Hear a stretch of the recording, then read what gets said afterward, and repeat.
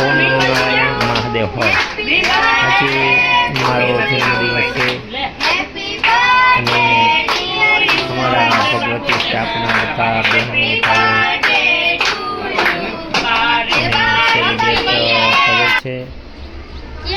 જે કેક પણ લઈ આવ્યા છે અને મેં તો જે બાળકો છે જે ગરીબ લોકો એ બધાને ચોકલેટ આપી વસ્ત્રદાન કર્યું છે, અન્નદાન કર્યું છે મારા બર્થડે નિમિત્તે.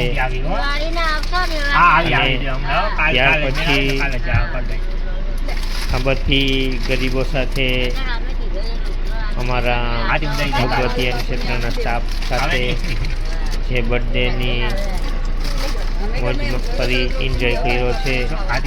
ત્યાર પછી જો તમે કહી શકો છો કે આ મારા પપ્પા છે અને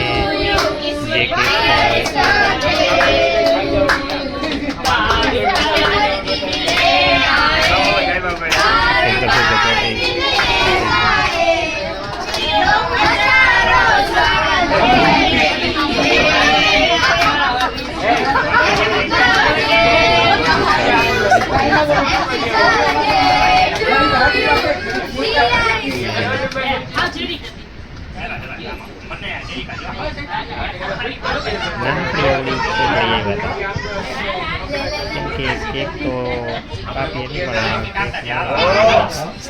પણ સ્ટાફના મેમ્બર્સ બધા કે બાપુનો બર્થડે અને હવે હું નીકળી ગયો છું સાંજે દ્વારકાધીશના દર્શન માટે. કેમ કે મારા બર્થડે નિમિત્તે સરસ બધું એન્જોય કર્યું અને હવે અમે સાંજે દર્શન કરવા જઈએ છીએ દ્વારકાધીશના. બસ આજે તો કાલે ફોન આવે એટલે ભાઈ અહીંયા માને બે ત્રણ જણા પૂછાયું. હા પહોંચવા આવ્યા છે તો દ્વારકામાં તો એન્ટર થઈ ગયા છે. જો આ બધા છે બધું દ્વારકાધીશ મોટી બજાર છે દ્વારકાધીશ.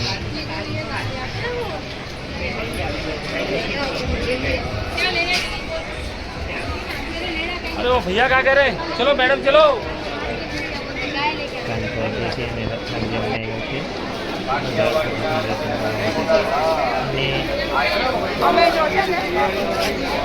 દ્વારકાધીશની દયાથી સરસ મજાના દ્વારકાધીશના દર્શન થઈ ગયા. કેમ કે શાંતિથી દ્વારકાધીશ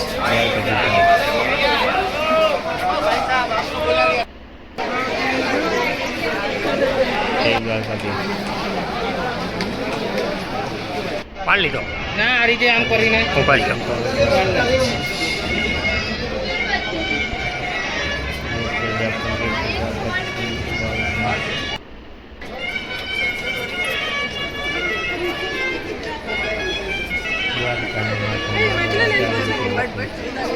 મને માયા લગાવી. હવે અમે નીકળી ગયા છે. કેમ કે અમે અત્યારે અમિત ધારા હોટલ છે ત્યાં બસ પહોંચવા આવ્યા છે. કેમ કે ત્યાં અમારા ભગતજી ક્યાંની રાહ જોઈ રહ્યા. બસ અમે જો અહીંયા પણ એક સરસ મજાનો હોટલમાં બધા જમ્યા અને ભગત બાપુ સાથે સત્સંગ કર્યો. જોઈ શકો છો તમે કે એક આનંદ મેળો અમિતારા હોટલે. તો મારો જન્મદિવસની સેલિબ્રેટ આ રીતે મેં કરી છે. અન્નદાન, વસ્ત્રદાન, ભગવાનના સાનિધ્યના દર્શન. બસ હવે અમે પાછા નીકળી ગયા છે પોરબંદર. તો હવે મિત્રો મળીએ. જય દ્વારકાધીશ.